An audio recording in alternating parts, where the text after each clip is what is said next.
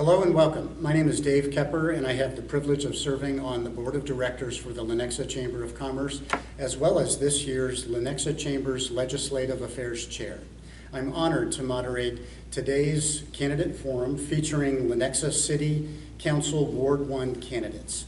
On behalf of the Lenexa Chamber of Commerce and the Johnson County Public Policy Council, a collaboration of all 10 area local chambers of commerce, thank you for joining us. I'd like to begin by sharing the format of our forum, which will include 2-minute opening statements by the candidates, a moderated question and answer period during which candidates will have 1.5 minutes to respond, followed at the end by 1-minute closing statements. The format, questions, and time limits will be the same for both candidates, and there will be no follow-up questions, formal rebuttal time, or audience participation. Candidate speaking order has been randomly determined with the candidates and will rotate throughout the program.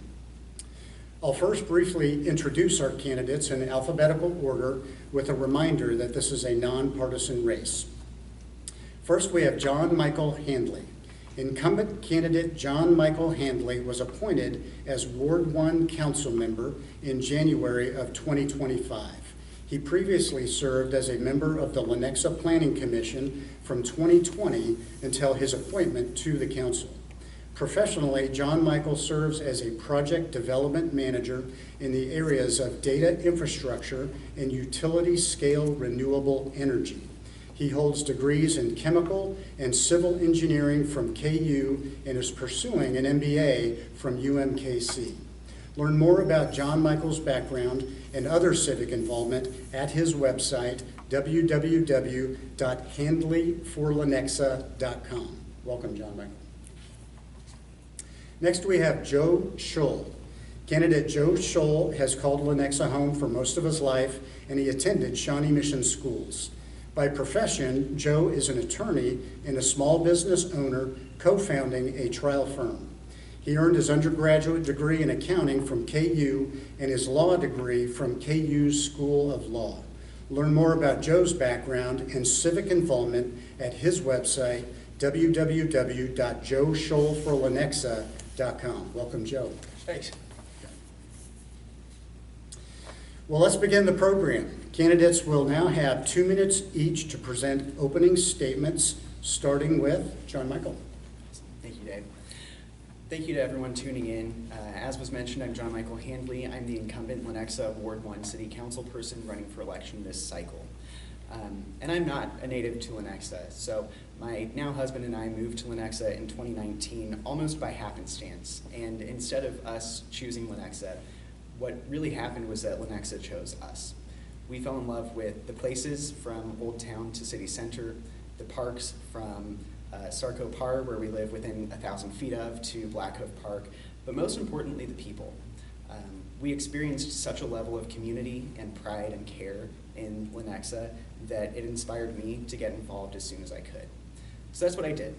In the spring of 2020, I was appointed to the Planning Commission by Mayor Mike Boehm. There I sat almost 5 years, steering the city's direction and ensuring that where we're going and the things that we're allowing into our community are things that we are happy with and support the Lenexa that we're so proud of. In addition to my time serving on the Comprehensive Plan Steering Committee and now City Council. My goal on City Council is to continue to give back to the community. Continue to make sure that this stays a place that welcomes others just as it welcomed me, and that we continue our standard of excellence while maintaining a budget that is friendly for all Lenexans. So with that, I appreciate everyone's time and look forward to the conversation. Thank you, John Michael. Joe, your opening statement. Thank you, Dave, and thank you for the Lenexa Chamber for hosting this great event. A little bit about me. As Dave mentioned, my name is Joe Shull. I'm running for Ward 1 Lenexa City Council. I have lived in Lenexa now for 30 years or so of my life. I grew up in the Cedars, went to Rising Star Elementary School, Westridge Middle School, and Shawnee Mission West High School. After high school, I went on to get my business undergraduate degree in KU and then eventually my law degree from KU as well. I've been practicing law here in the Kansas City area since passing the bar, and as Dave mentioned, I have a small business now over the last 5 years that I co-founded with fellow law partner, and I specialize in civil trial work. I'm married to my wife, Stephanie, and we both live in the Parkhurst subdivision here in Ward 1 with our 2 young boys, Benny, who's 5 years old, and Mickey, who's 3 years old. I'm ready for city council because I believe we need to get back to having the city serve its residents as opposed to the residents serving the city. And I look forward to doing that if elected for Ward 1. Thank you. Thank you, Joe. We'll now move into the moderated question and answer period where candidates will have 1.5 minutes each to respond, and the speaking order will rotate with each question. Question 1, starting with Joe. Could you please tell us more about what your top 3 policy goals would be as a Lenexa City Council member? Sure, absolutely. First and foremost, property taxes, property taxes, property taxes. They're out of control. Everybody I talk to on the campaign trail, that's one of the first things that they bring up is that the property tax burden on Lenexa residents is coming to a breaking point. There are ways on the city council that we can counteract that. And so that is one of the first things I will do on day 1 is getting the property taxes under control. Second is smart development. Lenexa has more apartments per capita than any other city in Johnson County. I think it's suffice to say that we have enough apartments. Now, unfortunately, as Lenexa continues to expand westward, and if you're watching West Lenexans, they're coming that way, we need to make sure that it's not a rubber stamp high density apartment complex development as we expand westward. Instead, like I said, we need smart development. We need potential developments for single family homes and incentives for homes that people can afford to actually start their lives here. Finally, goes without saying, but public safety. One of the biggest roles that a city council can provide for its residents is public safety, and those are my top 3 priorities. Thank you, Joe. John Michael, same question. Can you please tell us more about what your top 3 policy goals would be as a Lenexa City Council member? Gladly. Yeah, I think top of mind for me is ensuring that we're focusing on smart development for the open spaces that we have available to us in West Lenexa, as well as contextually appropriate infill development in the areas that need infill development. Those should be in line with our comprehensive plan and the processes that we've laid out for years. My second priority is budget excellence. Lenexa is an awarded financial department and budget. We have set our budget using the same guidelines and principles for several years. And so maintaining those and ensuring that the level of service matches the level of value that we're expecting is important to me as well. And finally, I think public safety is something that we agree on, but understanding that it's not just about throwing money at the problem, it's about how we support our public safety departments. How are we ensuring that they're adequately staffed and supported and interplay with the rest of our departments within the city? Thank you for that. Question 2, sticking with John Michael, what are your views on the services and value the city's citizens receive for their local tax dollars? Absolutely. I think firstly I want to highlight that when we approved the 2026 budget less than a month ago, we lowered the mill levy for an 8th year in a row. We were one of 4 communities in all of Johnson County to lower the mill levy, and that's something that I think we should be really proud of, to put ourselves below the median mill levy for Johnson County. We get a lot for our tax dollars: police, fire, parks and recreation, anything that gets plowed or repaired on the streets, street lights. I think as we continue to have those conversations about how do we spend smartly and how do we make sure we're leveraging external opportunities for funding, we also have a look at what services do we love and want to protect, and which ones are we willing to sacrifice or completely cut in order to achieve tax levy reductions if those are desired. Thank you, John Michael. Joe, same question. What are your views on the services and value the city's citizens receive for their local tax dollars? We have it pretty good in Lenexa. I think the services and value that citizens receive are pretty good. Like most things, though, it can be better. over the last 10 years or so, I think we've seen a trend by the city council to, when given two alternatives, one being a Rolls Royce or two being a Lincoln, automatically picking the Rolls Royce when the Lincoln would be just as good. So I think while the services and value that citizens receive, I think we need to be smart about how we manage spending. And if a Lincoln is good enough, then we should do with the Lincoln, not always go to the nice, bright, shiny object, the Rolls Royce. Thank you, Joe. Question 3, and Joe, will stick with you. What changes, if any, would you like to see to the city budget? We need changes to the city budget. That's the bottom line. I believe this past year, we're going to have an $80 million surplus from the budget alone. And how I view that, and how I would view that on the city council is that $80 million surplus is not Lenexa city council money, it's taxpayer money. So what can we do for that $80 million surplus to help the residents? So instead, I believe what the city council does is they just roll that into next year's expenses. I think we should explore property tax relief for residents with that surplus, because again, it's residents' money. We should also look into what's called zero-based budgeting. I wish I could claim this is my idea, but it's not. It's what the late, great Joe Carlin advocated for and proposed on the city council. What zero-based budgeting is that each year when we're doing the budget, we should justify each year's expenses from a zero figure as opposed to rather simply adjusting the prior year's budget. So with those changes to the budget, I think Lenexa can do great things. Thank you, Joe. John Michael, same question. What changes, if any, would you like to see to the city's budget? Yeah, so as I mentioned before, we've had the opportunity to lower the mill levy for 8 of the last 8 years, and we've taken that. I think one of the things that we do a really good job of is maintaining a very conservative budget. We're not making the taxpayers of tomorrow pay for a little relief on taxpayers today.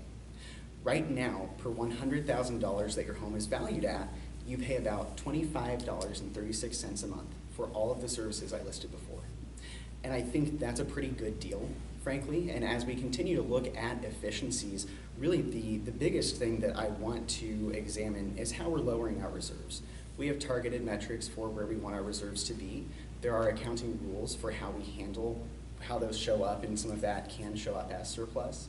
But I think being clear with the public and with each other about why we're making those decisions and how we're achieving those goals is really important to me. I don't see value in looking through things and breaking things up every year. In cases, we have multi-year contracts. In some cases, we would be losing pricing value that we get out of making those deals. And so while I can appreciate taking a fine-tooth comb to everything in our budget, I think starting from zero is maybe a little oversimplified. Thank you. And John Michael, will stick with you for question 4.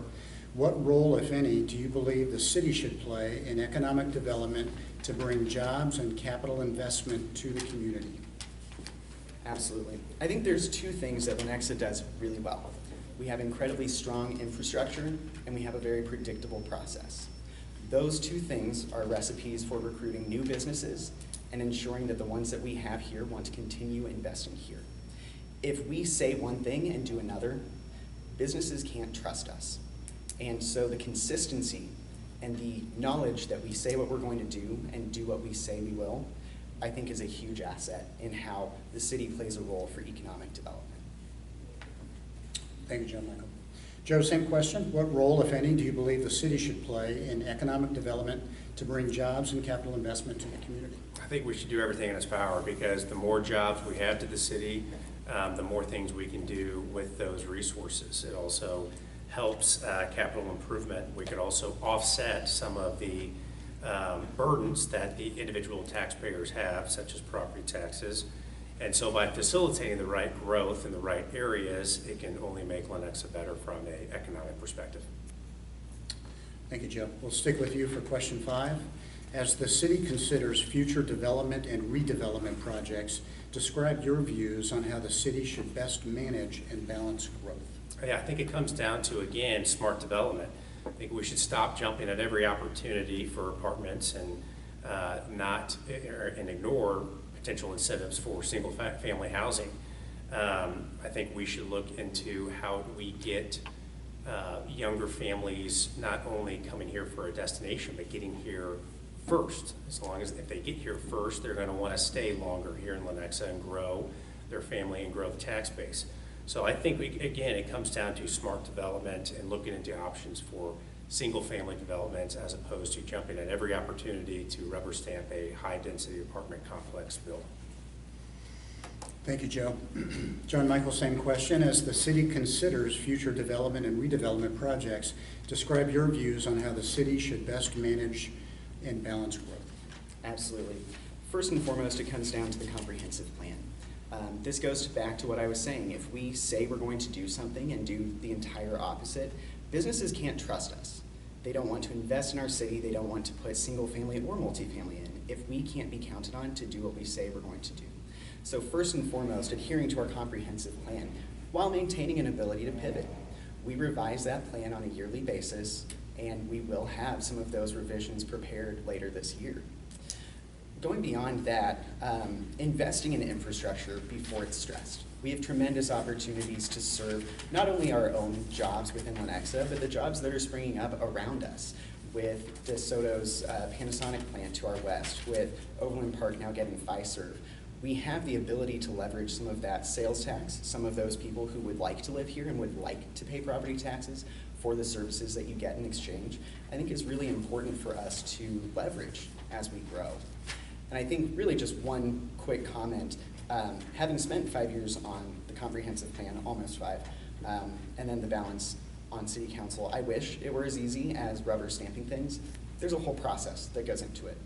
It involves staff, it involves long meetings from planning commission, and it involves thinning out of projects that we don't see so that it doesn't waste our time on the planning commission or on city council. And so I think while there's a perception that there are certain project types that get preferential treatment, the reality isn't true. Thank you, John Michael. We'll stick with you for question 6. What is your philosophy on the role the city should play in terms of metro area issues? Absolutely, yeah. I think we should lead where we're strongest.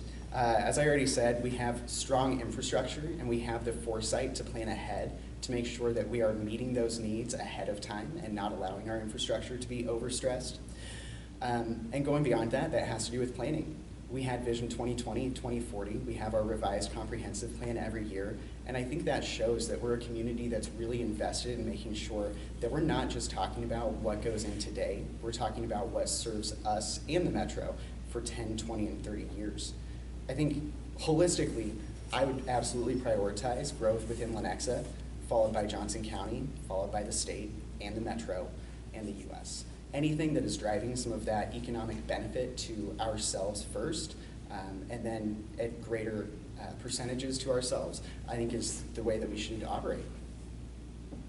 Thank you. Joe, same question. What's your philosophy on the role the city should play in terms of metro area issues? I think we shouldn't ignore them. I don't think we should be bystanders and just ignore lessons that we can learn from surrounding cities. We have again, Kansas City proper is a major metropolitan.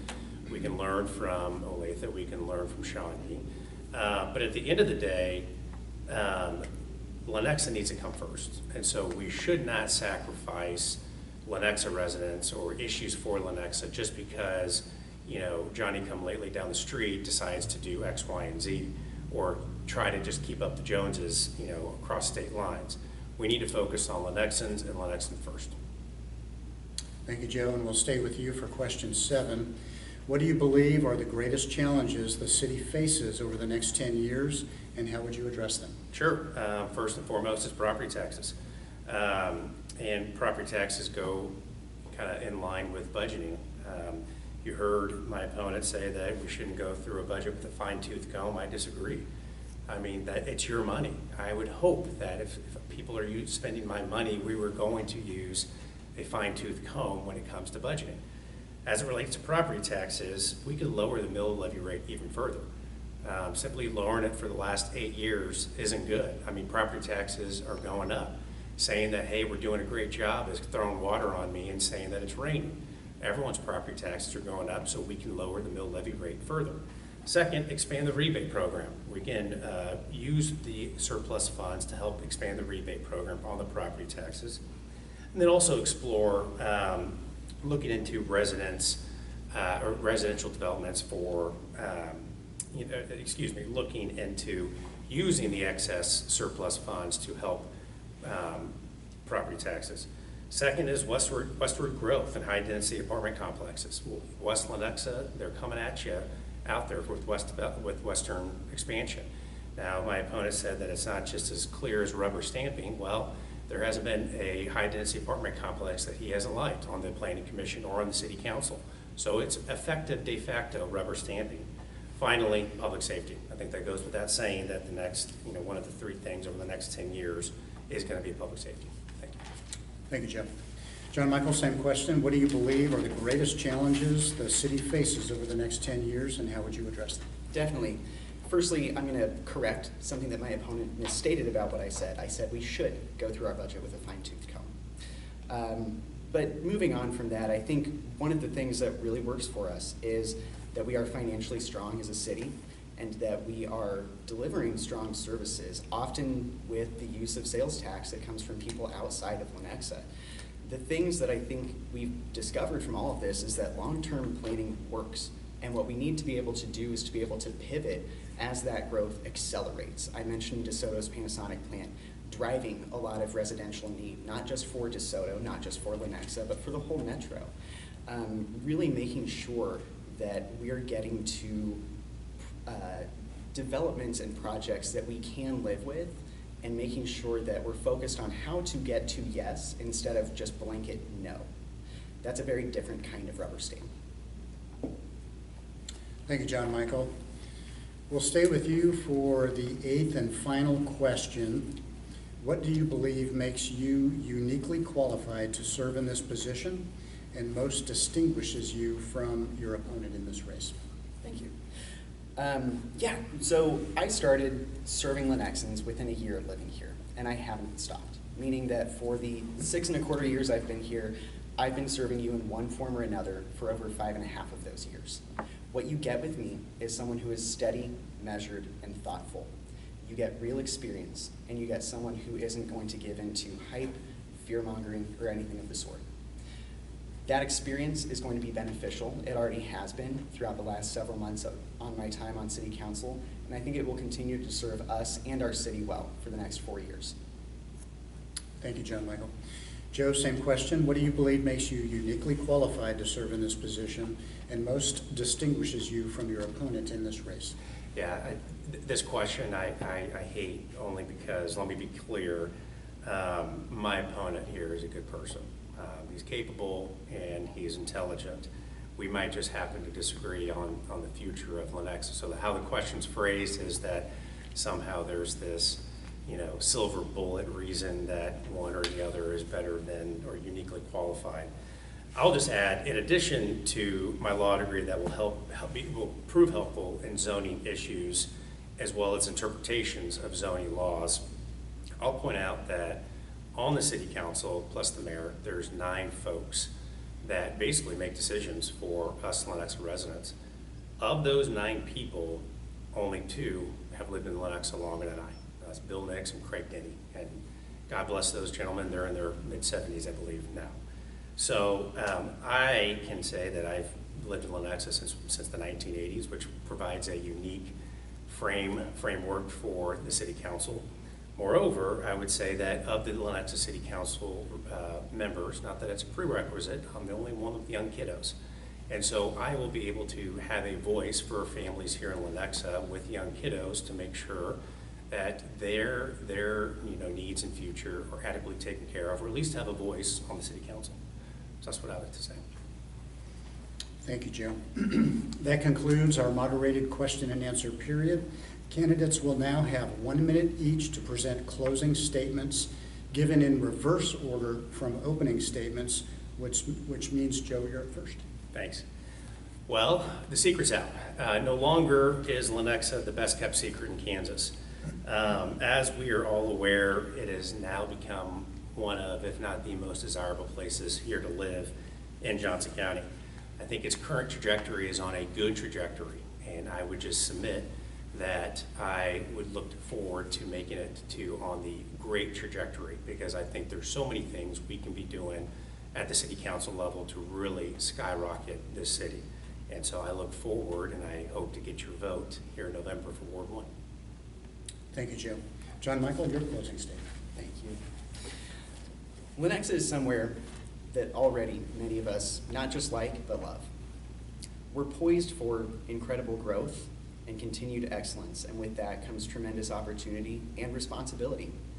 I'm confident that I have the skills and background to deliver on those opportunities, as well as to take responsibility for those outcomes. I would encourage you to learn more about both of us, and the best way to learn more about me is at handleyforlenexa.com, and I look forward to your vote in November. Thank you, John Michael. That concludes our Lenexa City Council Ward 1 Forum. Let's thank our candidates for participating in today's program. On behalf of the Lenexa Chamber of Commerce and our colleague local chambers, thank you for taking advantage of this important opportunity to learn about the candidates. For more information about the candidates countywide, videos of other candidate forums, and advanced voting details, visit www.votejoco.com, and please share this voter resource with your colleagues, family, and friends. Thank you.